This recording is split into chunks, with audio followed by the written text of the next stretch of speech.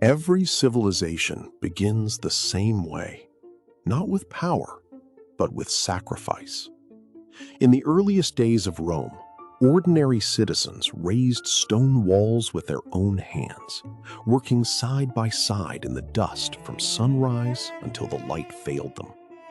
There was no wealth yet, no marble, no spectacle, just the shared understanding that survival depended on unity, and that unity depended on discipline. These were farmers and laborers, not kings.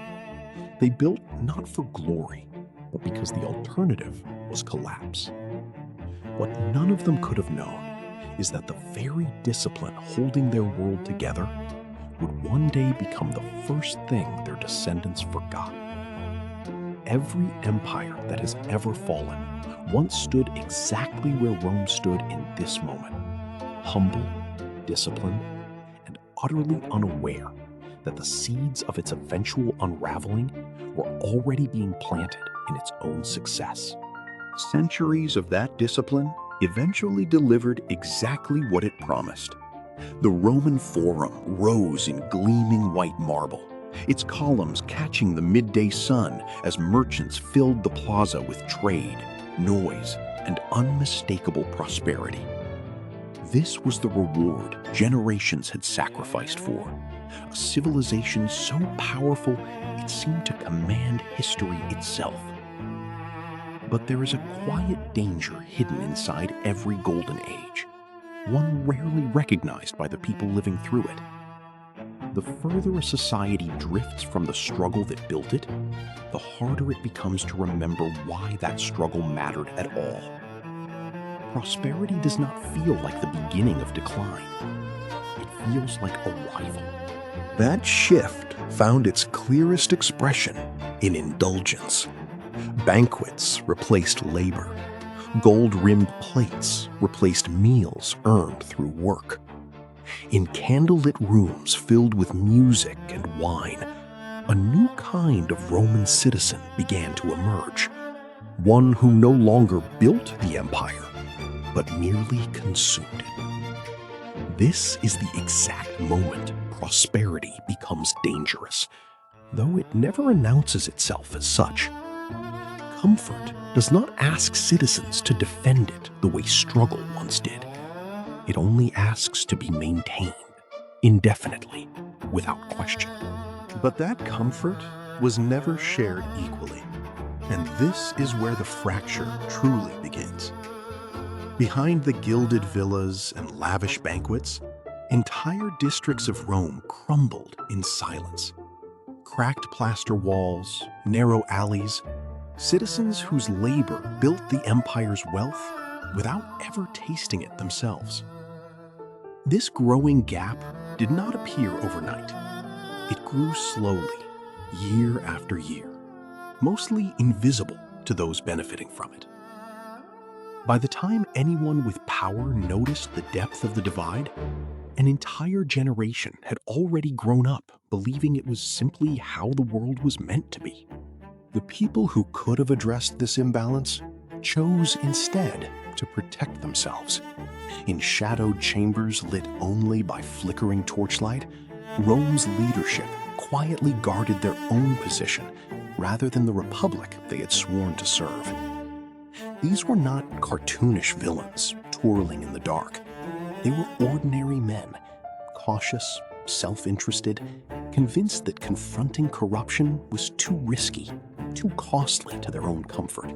And so warning after warning was dismissed, decade after decade, until dismissal itself became something close to tradition.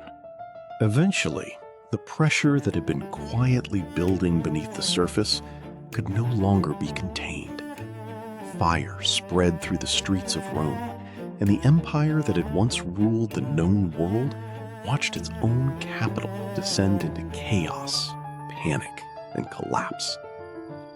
This is what fracture looks like once denial finally runs out of time. Not a slow, graceful decline, something sudden, violent, and almost impossible to reverse once it begins. By morning, only ruins remained. Broken columns stood in silence where a thriving civilization had bustled with ambition only days before. A thin mist drifted across streets that had, until recently, been the beating center of the known world. This was not simply the destruction of a city. It was the death of an illusion. Rome had believed itself to be the exception.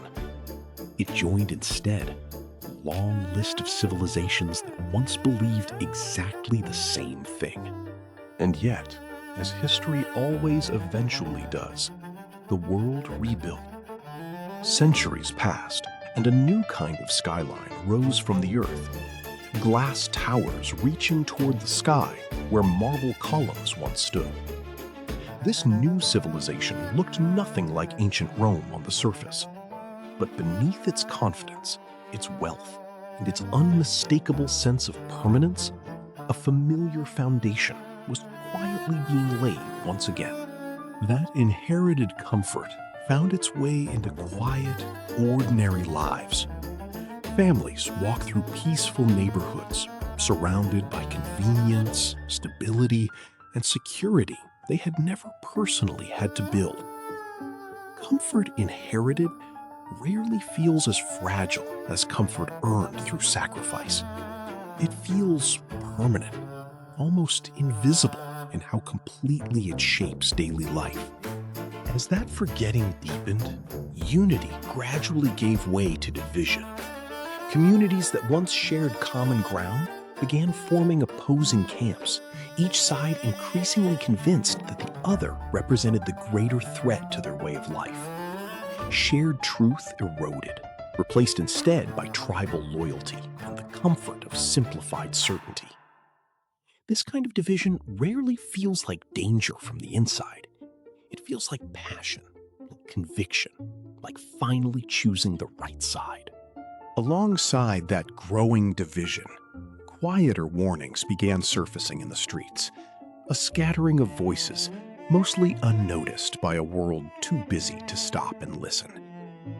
These are precisely the moments historians later study and ask, with the benefit of hindsight, how no one seemed to see the danger coming.